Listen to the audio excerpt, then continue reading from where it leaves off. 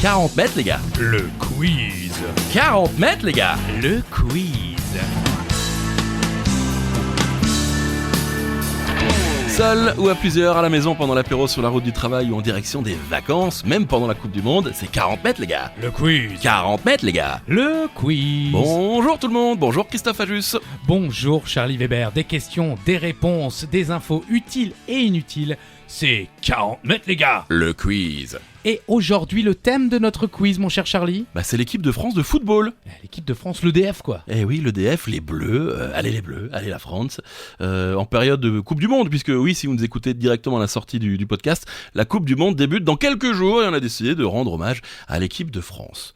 Et aujourd'hui, pour jouer son joker, comme dans chaque émission, il faut le jouer avant une question. Ça vous permet, si vous le souhaitez, vous pouvez choisir la règle de doubler vos points ou d'en rajouter 10 ou 15 ou 20, vous faites comme vous voulez. En tout cas, le joker, cette semaine, c'est... Second poteau, Pavard. Second poteau Bavard. On aime crier dans Ouais. 40 mètres, les gars. Ouais, ça nous fait plaisir. Le quiz. Ah, merci. J'ai failli oublier. Également la question twist. Eh oui, c'est quoi la question twist, Christophe? La question twist, c'est Charlie Weber qui lance le jingle Oui. twist. Et là, c'est vous qui décidez. Plus 1000, moins 1000, on change de froc, on change de partenaire, on change de maison, on change de ville. C'est vous qui décidez. Vous avez compris les règles? Oui. Eh bien, c'est parti pour 40 mètres, les gars. Le quiz. Spécial équipe de France. Première question. Allez-y, Christophe, je vous la lance ou je vous la laisse? La création officielle de l'équipe de France date de la création de la FIFA en 1904. Savez-vous quel pays est le premier adversaire de la France le 1er mai 1904 ? Ah, ils ont pas attendu, hein. Non, ils n'avaient pas le temps. Ouais, je vois ça. Bon, petit indice, ils sont pas allés très loin pour chercher l'adversaire. Non. C'est frontalier. Oui, on a quelques frontières. Oui. Hashtag Somme.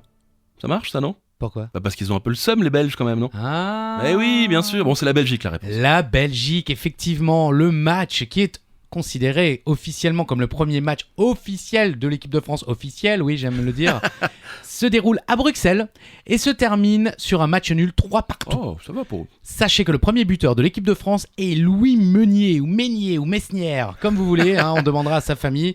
Et le premier capitaine, c'est Fernand Canel. Ah, Fernand Canel. Tu me rajoutes quoi ? De la cannelle. Ah, Fernand, on l'arrête pas celui-là. Ah, il est drôle. Premier capitaine de l'histoire de l'équipe de France, Fernand Canel. Bravo. Eh bien, on l'embrasse bien fort. Il n'est plus là, mais la famille peut-être. La famille est encore là, je le sais. Bien sûr, bien sûr. Allez, prochaine question. Je vous la laisse encore une fois, allez-y. Le premier grand succès de l'équipe de France sur la scène internationale est évidemment l'Euro 84. Oui. Savez-vous quel joueur français termine meilleur buteur de la compétition ? Bon, c'est un grand monsieur. Oui, c'est un peu facile. Oui, mais quoique. Les jeunes se souviennent d'un seul joueur de cette compétition pour l'équipe de France. Baptiston. C'est lui. Ah non, pardon. Baptiston à l'époque? Si, il jouait Baptiston, non? Il jouait, mais peut-être pas forcément durant cet Euro 84. Faudra C'est vrai. vérifier. On On n'a vérifie. pas l'info. Merci Charlie. Mais avec plaisir. La réponse? Michel Platini. Oh, Michel! Auteur de 9 buts durant la compétition, il se payera le luxe de marquer à chaque match avec notamment un doublé contre la Belgique et un triplé contre le Danemark au premier tour. Évidemment, son but le plus célèbre reste son coup franc en finale contre l'Espagne avec l'immense et légendaire erreur du gardien Luis Arconada. Eh oui, puisque dorénavant, lorsqu'un gardien fait une erreur, en tout cas similaire à celle-ci, on appelle l'Arconada. Ah, il y avait aussi James, le gardien qui faisait beaucoup de boulettes, l'anglais. Vous vous souvenez? Oui, mais Oui. là, rien à voir avec Platini, rien à voir Non, avec l'équipe c'est de vrai. France, donc fermez-la. Allez, prochaine question. Oh Là, j'ai mal. Ah oui, parce qu'il faut préciser que Christophe... Joue blessé. Oui, c'est Je ça. fais une Franz Beckenbauer, je joue blessé. Est-ce qu'on peut avoir quelques infos sur ces fissures de côte comme... Non, même pas des fissures. Fracture de deux côtes en tombant sur un toboggan. Est-ce que la soirée était arrosée? La soirée était pas du tout arrosée, Ah, en plus. c'était un matin. Ah, c'est bien. Vous commencez tôt, du coup. Je commence tôt, comme vous les amis. Question twist, et en même temps vous pouvez encore jouer votre joker. Second poteau, Pavard! Second poteau, Pavard. Vous criez beaucoup moins fort, j'ai l'impression, avec J'ai ces mal. À vous. côtes. Allez, question numéro 3. Quand vous soutenez l'équipe de France, vous dites « Allez les... » Bleu. Bah oui, allez les Bleus. Eh bien, sachez qu'à la création de l'équipe de France en 1904, vous venez de le dire, l'équipe de France ne jouait pas du tout en bleu. Ah bon? Et ce n'était pas du tout la couleur officielle. Ah bon? Justement, quelle était la couleur des Bleus en 1904? Enfin, des Bleus, on s'entend. T'as vu cette petite blague? Non. On joue sur la couleur des Bleus alors que c'était pas bleu. Ah ouais. Ouais, bon d'accord. On rigole bien dans 40 mètres les gars. Le quiz. Alors c'était quoi la couleur Charlie Weber? Bah, c'était le blanc, Ah. bien sûr. Alors ils ont joué en blanc de 1904 à 1906, ils ont porté pour la première fois leur deuxième couleur, le maillot extérieur comme on dit de l'époque, c'est-à-dire rouge pour un match face aux Anglais qui eux jouaient en blanc, défaite 15-0. 15-0. Le quiz. Et c'est finalement le 23 mars 1908 que la France portera pour la première fois le maillot bleu, encore une fois face aux Anglais qui jouaient encore et toujours en blanc, ça suffit maintenant, défaite 12-0. 12-0. Ouais, bon, il faut dire qu'ils ont inventé le sport. Oui, mais bon. C'est les mecs, je suis sûr, ils inventaient les règles au fur et à mesure, quoi. Ah, là, il y a touche. Ouais. Vous êtes sûr? Non, là, il y a touche. C'est ça. Et ce but. Hors-jeu, hors-jeu. Mais il se passe rien. Bah, hors-jeu, j'en ai rien à foutre. Et la France continuera à jouer en blanc, en rouge et en blanc rayé de bleu, d'ailleurs. Bizarre. La marinière. Ouais, mais dans l'autre sens. Ah, ok. Ouais. Et c'est uniquement en 1920 que le premier maillot sera officiellement bleu. Et du coup, eh bien, c'est resté. Maintenant, on dit allez les bleu. Magnifique. Vous aviez peut-être la réponse à la maison? Merci de votre réponse. Ah oui, merci. Beaucoup d'enthousiasme. Merci d'être fidèles et vocaux dans 40 mètres, les gars. Le quiz, second poteau, Pavard! Si vous voulez jouer votre joker. Prochaine question, Charlie Weber vous la pose en direct sur la route des vacances. Oh, peut-être. Nous sommes le 17 novembre 1993. Ouais. À Paris, au Parc des Princes. La France affronte la Bulgarie. Ouais. Et elle a besoin d'un seul petit point pour décoller direction les États-Unis pour disputer la Coupe du Monde 1994. Bien sûr. On a bien resitué. Nous sommes à la 90e minute. Et pour l'instant, le score est de 1 partout. Donc tout va bien. On part direction les États-Unis. Mais après un centre raté de David Ginola. T'aurais dû garder la balle, ce con! Mais oui, bien sûr. La Bulgarie contre et marque le deuxième but qui élimine la France. Elle n'ira pas à la Coupe du Monde. Mais quel est le nom du joueur bulgare qui marque le but ce soir-là? Je l'ai regardé en direct à la télé. Ah, et le traumatisme a été terrible. Eh oui. Faut dire que une semaine avant, quelques jours avant, on se loupe contre l'Israël déjà. Alors qu'on aurait dû la jouer face à l'Israël, cette qualif. Et on se dit non, mais ça ira, Bulgarie. Mais bon, Gérard Rouillet n'a jamais pardonné à Ginola ce centre loupé. C'est même plus un centre. Il faut au troisième poteau. C'est ça. Contre-attaque et but de Émile Kostadinov. Eh oui, c'est réputé. On connaît ce nom. Il nous hante depuis 93. Ah ouais, mais c'est comme Bérésina, vous savez. Oui, c'est vrai. Cette ville de Biélorussie qui est restée plus connue pour son nom que pour le fait que ce soit une ville de Biélorussie. Et on se souvient des 2-1 marquantes de l'époque, inqualifiables pour l'équipe. Et la France qualifiée pour 98. Oui, celle-là, je m'en souviens parfaitement parce que j'avais lu le truc, je me dis hop, ah non, c'est vrai. 98, forcément, c'est nous qui on organisait la Coupe du Monde, donc on était automatiquement qualifiés. Et forcément, derrière, démission de Gérard Rouillet, arrivée d'Aimé Jacquet, et on connaît la suite, les amis. Eh oui, 98. C'est quoi le joker déjà? Second poteau, Pavard! Pas obligé de crier aussi longtemps, bien sûr.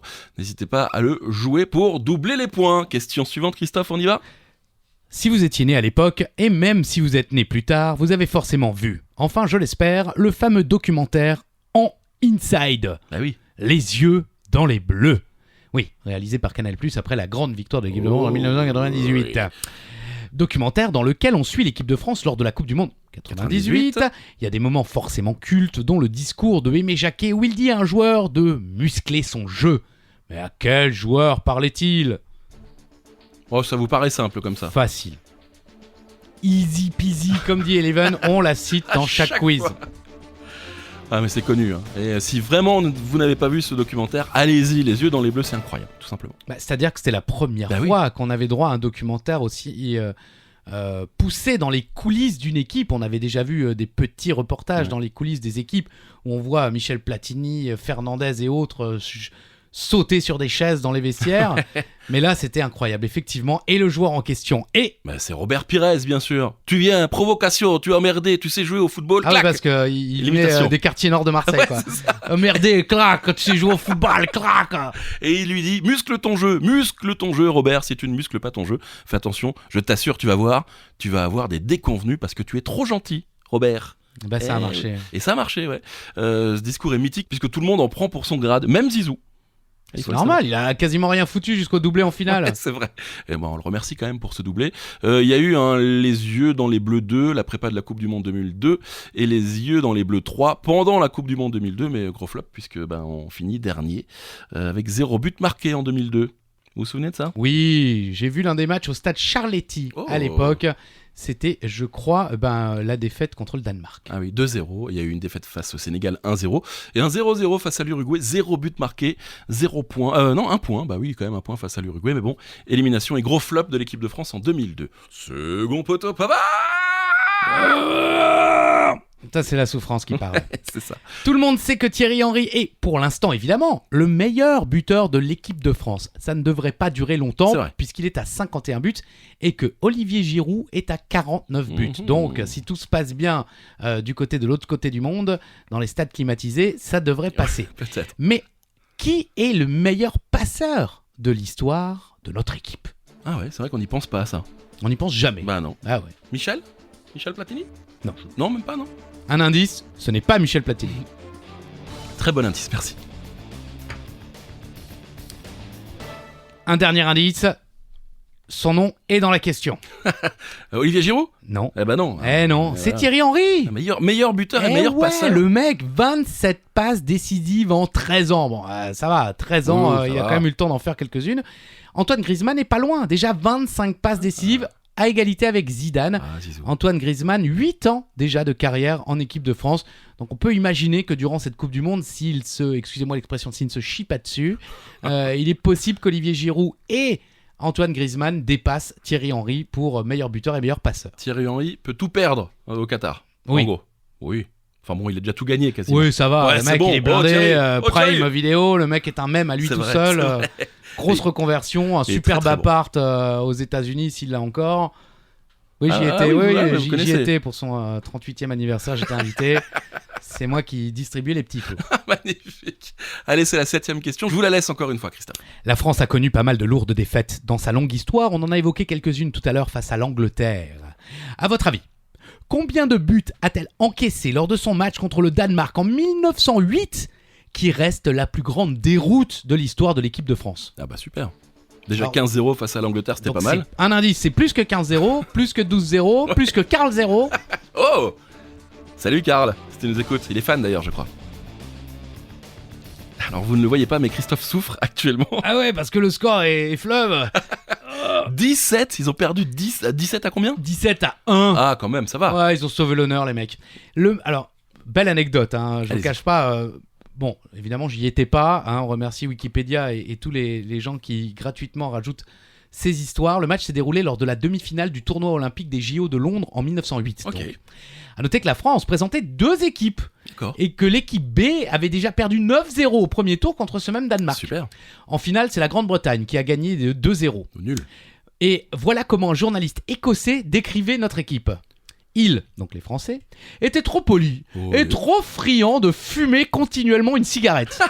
Ils fumaient jusqu'au début du match, fumaient une autre cigarette durant la mi-temps et finissaient la journée en répétant cette habitude. La France, Ah monsieur. ouais, les mecs, on a clopé, après tu m'étonnes, on perd petit 9-0, pastis, 17-1, clope, pastis, On a choisi nos priorités en fait voilà, en France. c'est la ça. clope, le quiz. Oui, le quiz.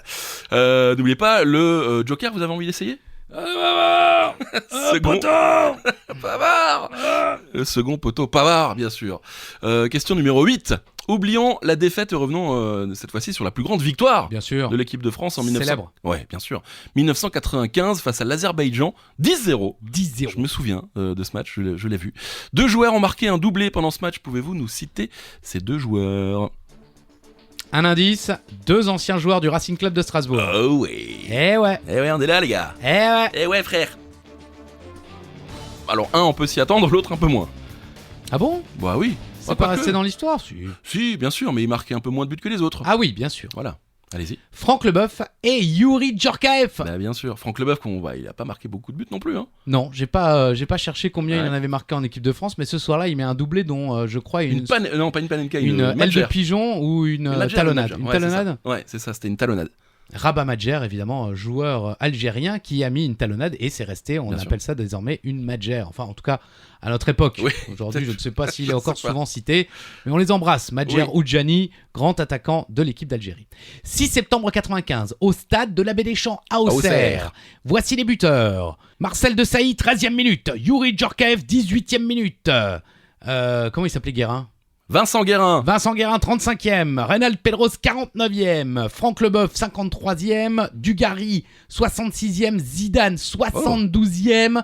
puis Djorkaeff à nouveau 78e, Leboeuf 74e, et on termine par l'Auxerrois chez lui, À la à la maison. Baie des Champs, Ah oui. Christophe Coquard. Coquard, je me souviens de lui aussi. Il était en équipe de France, ce qui est un peu improbable, mais ok. Non, il était bon à non, l'époque, Christophe ouais. Coquard Ouais. était très bon avec Vairua, effectivement, Ah ouais, c'est du vrai. côté de De la Nantes. JOCR. Ouais, Vaillura, il joue à Nantes, non? Non, c'est son frère. Ah bon? Bah oui. Ah bon, je ne savais pas. Ah non, il y avait Vairua, l'originel, en quelque sorte, Ah. et puis ensuite, il y a eu Vairua à Nantes, mais Vairua Coquard, c'était oui. la doublette de l'attaque de la JOCR avec Giroud. Ah là, je vais me faire juger par les gens qui Et connaissent le ils ont football. raison. Second poteau, Pavard! Je le ferai pas. Allez-y. Ah bah. Poteau.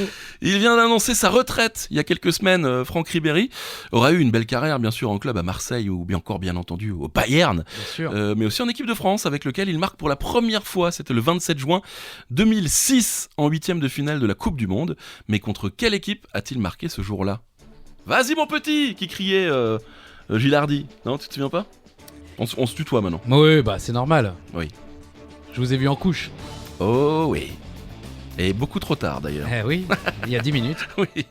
Et c'était contre l'Espagne. Ah Ouais, oui, vous vous souvenez pas? Non, j'ai oublié. Ah, il déborde Iker Casillas et inscrit le but qui permet d'égaliser un partout. Et puis ensuite, la France gagne 3-1, se qualifiant pour les quarts de finale de la Coupe du Monde. C'était à Hanovre, en Allemagne. Oui, à Hanovre, en Hanovre. Allemagne. Et- On n'était pas sûr. Oui, c'est ça. Ribéry, c'est quand même 9 Bundesliga, Ouais. 6 Coupes d'Allemagne, 4 Super Coupes d'Allemagne, une Coupe de Turquie, une Ligue des Champions et une Super Coupe UEFA et une finale de Coupe du Monde, mais perdue. Ah oui. C'était cette année-là, d'ailleurs, avec le coup de boule de Zizou face à l'Italie. Et il aura marqué 16 buts en équipe de France, le Frankie, qu'on l'appelle. C'était quoi son surnom? Frankie?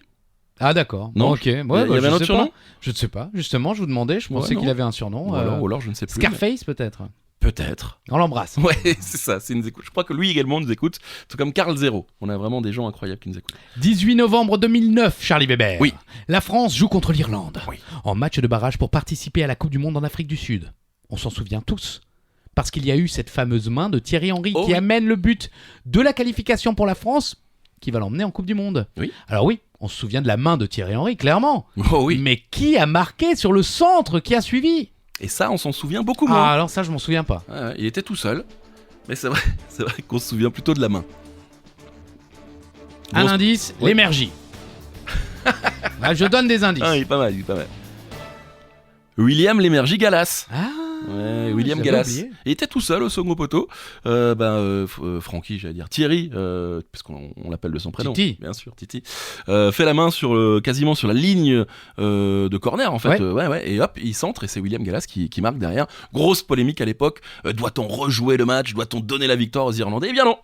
C'est Non, nous. rien à faire. Rien Bah, à foutre. si ça avait été les Anglais, ils auraient dit non, c'est bon. Oui, c'est ça. On vous laisse la victoire, on est fair play. Ouais, c'est vrai. Mais nous, non, ça Non, va, pas du tout. Quand Ah même. non, on est comme ça. France, monsieur. Il n'y avait pas Cocorico.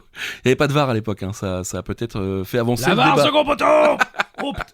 Une pensée pour Martin Hanson, l'arbitre de ce match. Ouais, qui, avec ses frères, nous a sorti quelques tubes. Hein. Tip tap matou, wap, wap, matou, wap, tip tap matou. Second poteau, power. Pardon, Je vous en prie. c'est un peu heavy metal. Prochaine question, Oui. Charlie Weber, elle est à vous. 2010, Coupe du Monde en Afrique du Sud, un bon moment pour l'équipe de France, on s'en souvient, que de belles histoires. Dont celle-ci qui fait d'ailleurs la une de l'équipe du samedi 19 juin 2010, le magazine, hein, le journal bien sûr. Un joueur aurait insulté Raymond Domenech, je cite, j'ai le droit de le citer, Allez-y. va te faire enculer, sale fils de pute. Voilà. Mais quel était ce joueur? Ça, Connu. C'est les bons moments de l'équipe de France. Ah bah, en tant que téléspectateur, c'était une Coupe du Monde merveilleuse Ah parce oui. que il y avait un petit peu le début des chaînes d'infos, notamment Ah ouais. Sport, En continu. Infosport, Ouais. qui diffusait des programmes en direct en continu et donc on pouvait suivre. Alors il y avait évidemment la grève, les insultes, Eh oui. les polémiques. C'était un moment de ouf. On était C'était devant super. notre télé, bière après bière, bretzel après bretzel, c'était classe. Nicolas Anelka aurait donc dit à Raymond Domenech, va te faire enculer, sale fils de pute. Alors en fait, on a depuis appris qu'il n'a pas vraiment dit Ouais, ça. il a pas dit ça. Ouais, il a plutôt dit enculé, t'as qu'à la faire tout seul ton équipe de merde. Voilà, Moi j'arrête, c'est ce qu'il a dit. très bien. C'est pas beaucoup mieux, mais bon, voilà. Bah, il a pas insulté la maman. Non, c'est vrai. C'est vrai. Et pour ça, Nicolas, on te félicite. Bravo Nico. Bravo Nico. Il avait bien sûr été viré de l'équipe et c'est là que c'est un peu parti dans tous les sens, pour ne pas dire partir en en couille, si je peux me permettre, Ouais. je peux. William Gallas qui fait un doigt d'honneur à David Astorga, un journaliste de TF1. Ribéry qui arrive en direct dans Téléfoot, vous vous souvenez, pour s'expliquer. Vous vous souvenez pas de ça? Il est arrivé en plein milieu de l'émission. Non, j'étais sur Infosport, moi. Ah oui, bah oui. Et bien entendu, la fameuse grève des joueurs qui sont restés dans le bus. Finalement, un très bon souvenir, puisqu'on est éliminé en poule, 2 défaites, 1 nul et un seul but marqué. Voilà, 2010, une Coupe du Monde dont on se souvient, sportivement surtout. Joker, Charlie, je peux plus, moi. Non, c'est vrai? Ouais. Vous pouvez le dire, juste le dire. Second poteau Pavard. Voilà, très bien. On peut le dire comme ça aussi. On peut le dire calmement, bien on n'est sûr. pas tout le temps obligé Non. de crier, s'il vous plaît. Non, Est-ce que vous connaissez Stéphane Kovacs? pas du tout. Eh bien, sachez qu'il a été le seul sélectionneur étranger de l'équipe de France. Ça s'est passé entre 1973 et 1975. Quelle était la nationalité de Stéphane Kovacs? Ouais, c'est un peu dans l'est de l'Europe. C'est mais dans l'Est, c'est dans l'Est. Je savais pas qu'on avait un sélectionneur étranger. Pourquoi pas? Mais oui, se fait, il y a beaucoup d'autres pays ont fait appel à des sélectionneurs étrangers. Nous, c'est vrai qu'on est beaucoup resté sur la France. D'ailleurs, à part Stéphane Kovacs, il n'y en a pas eu. Et lui, il était roumain. D'accord. je sais pas. À noter qu'il a remporté 2 Ligues des Champions avec l'Ajax d'Amsterdam en 72 et 73, donc juste avant d'être recruté pour diriger l'équipe de France. Il terminera sa carrière à l'AS Monaco où il sera remplacé par un certain Arsène Wenger L'Alsace. avant de prendre sa retraite en 1987. Joli. Sachez que avant 1964, il y avait un comité de sélection et un entraîneur. Dans ce cadre-là, il y a eu plusieurs entraîneurs étrangers, notamment anglais. Le plus célèbre, George Kimpton, qu'on surnommait le magicien britannique, qu'on a recruté pour la Coupe du Monde 1934. Bah bon. Eh oui. Avant, il n'y avait pas qu'un seul sélectionneur, c'était, comme dit, un comité de sélection et on avait un entraîneur qui entraînait l'équipe de France. Mais il n'y avait pas qu'un seul sélectionneur. D'accord. Et c'est seulement ensuite qu'on a décidé d'ouvrir le poste à entraîneur-sélectionneur, comme Didier Deschamps aujourd'hui. Ok, un manager, un entraîneur et puis un sélectionneur. C'est dingue ça. Oui. Ouais. Non mais info utile et inutile, c'est dit avant. Et là, c'est inutile. Oui, 40 mètres les gars. Le quiz. C'est un peu ça également. Malgré la douleur. Alors nous enregistrons cette édition de 40 mètres les gars. Le quiz malgré la douleur. Oh, Hugo Lloris est en 2e position du classement des joueurs au plus grand nombre de sélections. Mais qui est le premier? Un grand monsieur. C'est évidemment un grand nom Oui, de l'équipe de France. Vous doutez bien que c'est pas Christophe Coquart. Quoi. Ouais, Steve Savidan non plus. C'est non. pas Marc Keller non plus. Oh ouais. On touche pas à Marco, ok? C'est mon idole. La réponse? Lilian Thuram. Eh oui. Ouais, on se souvient de ses 2 buts surtout. Bien sûr, contre la Croatie. Et le reste, bien sûr. 142 putains de sélections quand même pour Lilian Thuram. 139 pour Lloris. Donc encore une fois, si tout se passe bien durant cette Coupe du Monde et si Lloris ne se blesse pas, il est possible que ce record tombe également. Ça pourrait être la Coupe du Monde de tous les records. Surtout cette Coupe du Monde dont personne ne veut se souvenir. Ouais. La carrière de Thuram en bleu a duré 13 ans et 10 mois. 13 ans. 93 victoires, 34 nuls et seulement 15 défaites. Ouais, c'est beau quand même. C'est dingue. Hein. Ouais, c'était un sacré joueur. C'était un sacré. Et son fils d'ailleurs est sélectionné pour le Qatar. Je ne savais pas. Ouais, oui. Non, je ne sais rien. Allez-y, question 14, Christophe. Avant de rattraper Thuram pour le record du plus grand nombre de sélections, Hugo Lloris peut se vanter de détenir le record de Capitana. En effet, il a porté le brassard pas moins de 115 fois. Mais savez-vous qui est en 2e position de ce classement? Personne qu'on connaît plutôt bien également. Oui. Un indice, il est toujours autour de l'équipe de France. Non, bon, c'est jamais... Oui, c'est vrai. Raymond Domenech? C'est pour être Yannick Noah. Ah oui, c'est vrai. Il est jamais loin, Yannick Noah. Quand il s'agit de remotiver les troupes, rouler un bédo, il est toujours là. Donc, c'est Didier Deschamps. Didier. Quand le mec lui dit non, je veux pas jouer à ce poste. Tu sais que je suis. Moi, je fais très mal Didier Deschamps. Franchement, là. Oh, je sais qui. Je fais pareil, non. Ah non, c'était Gros Tony. Ah oui, c'est vrai.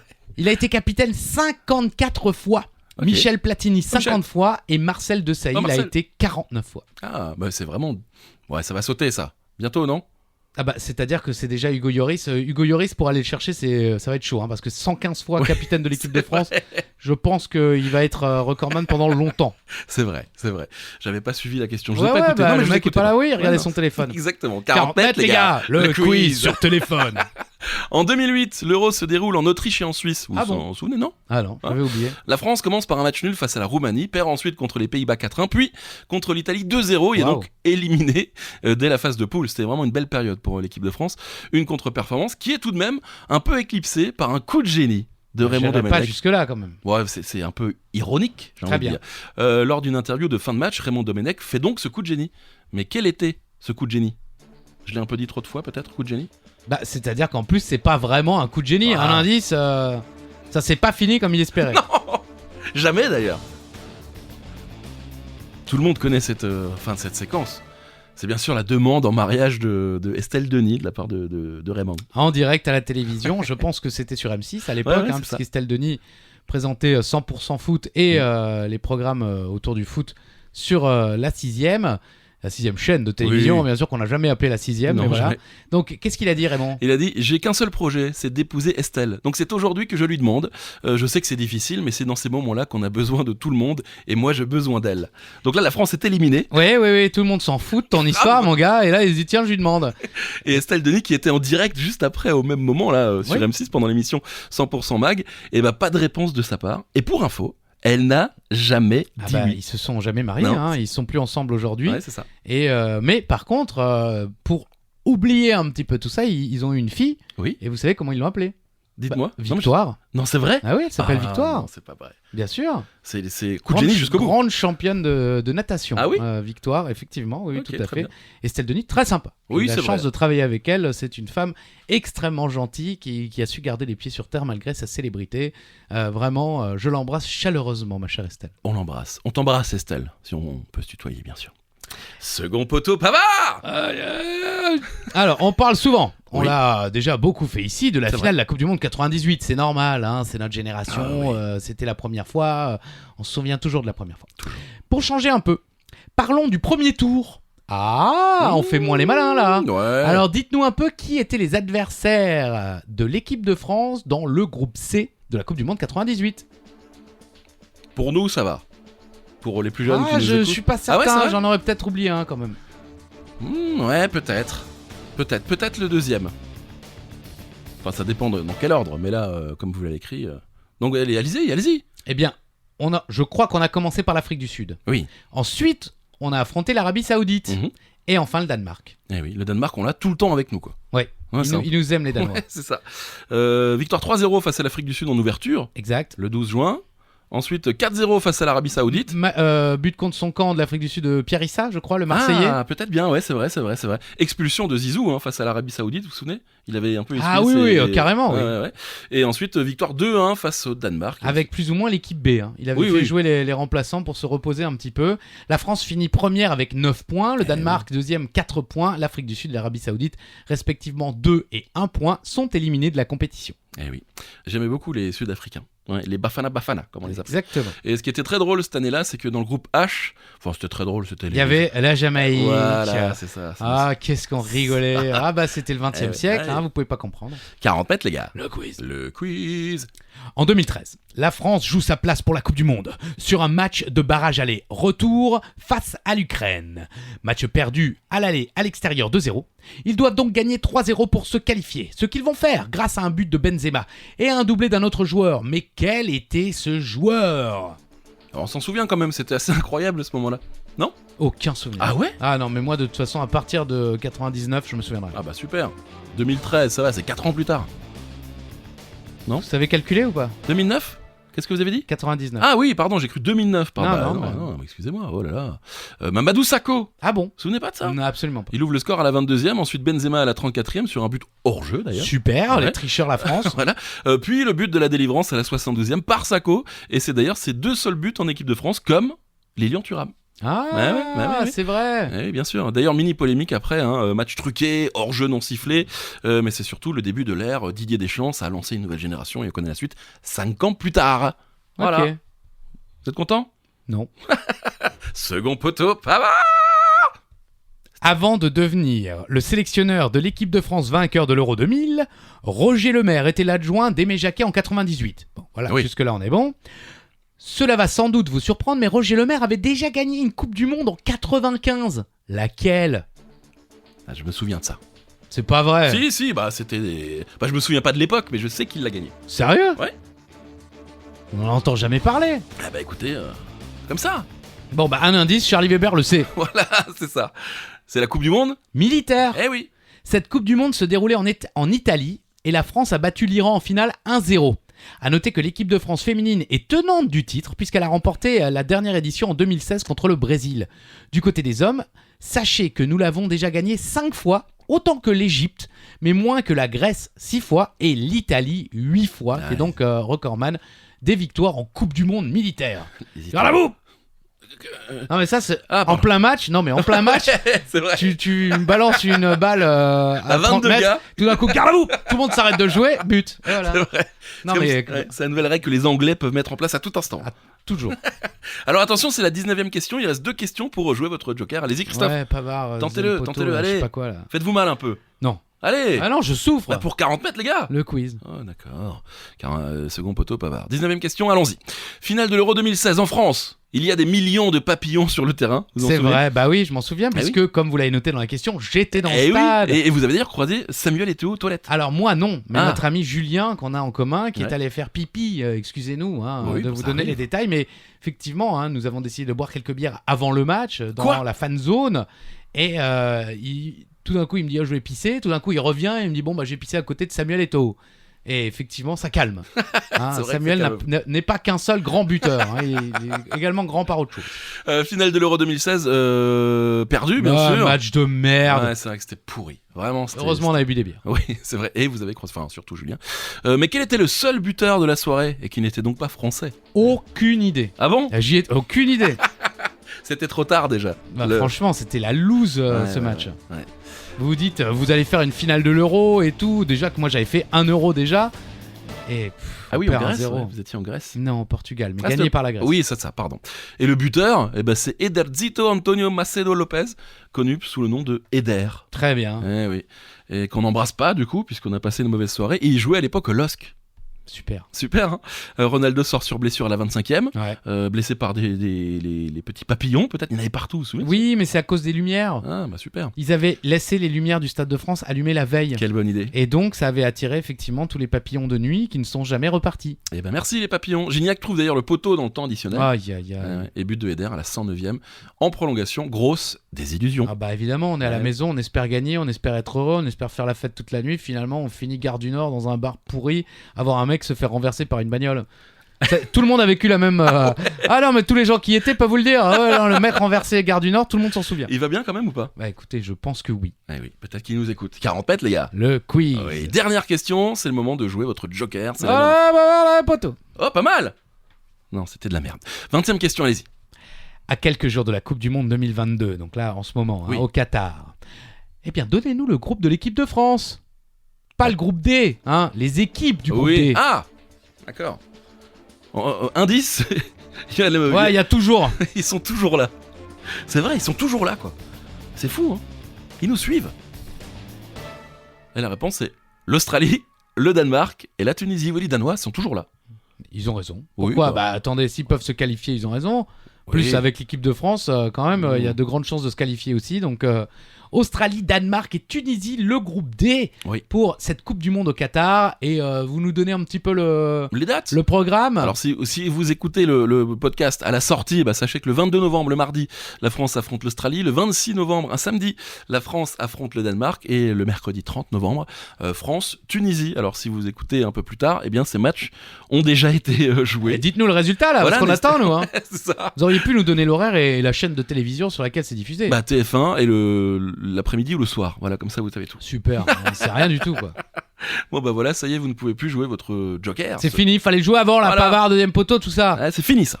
C'est fini, ok. Et il reste la question bonus. Ah, la fameuse question bonus. Allez-y. Plus 1000 points, moins 2000, vous faites comme vous voulez, mais en tout cas, c'est celui qui s'approche au plus près de la réponse. Mhm. Et la question est la suivante. À la date du 22 octobre 2022, Mhm. après le but d'Olivier Giroud face à l'Autriche, combien de buts ont été marqués par l'équipe de France de football? Depuis 1904. Depuis 1904? Oui, bah oui. Ok.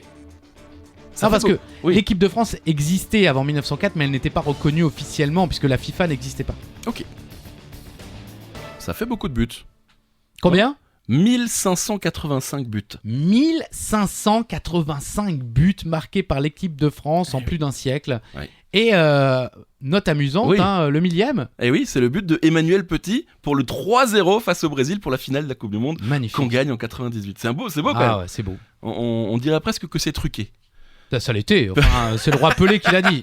C'est vrai? Ah oui. Ah bon? Ouais, je crois que dans une interview, Ouais. après peut-être ça a été mal traduit, mais je crois qu'il avait dit on sait que la France devait gagner. Ouais, bien sûr. Ouais. Ils avaient mis, ouais, puis c'est aussi Ronaldo qui mange des moules la veille de la finale. Bah oui, mais c'était pas... quelle idée. Bah ouais, il aurait dû prendre des bulots. Ouais, c'est vrai que c'est tellement meilleur. Pas du tout. Eh ben merci beaucoup de nous avoir suivis. On dit allez les bleus. Allez les bleus. Voilà, un second poteau. Bah ouais. Ouais, c'est ça.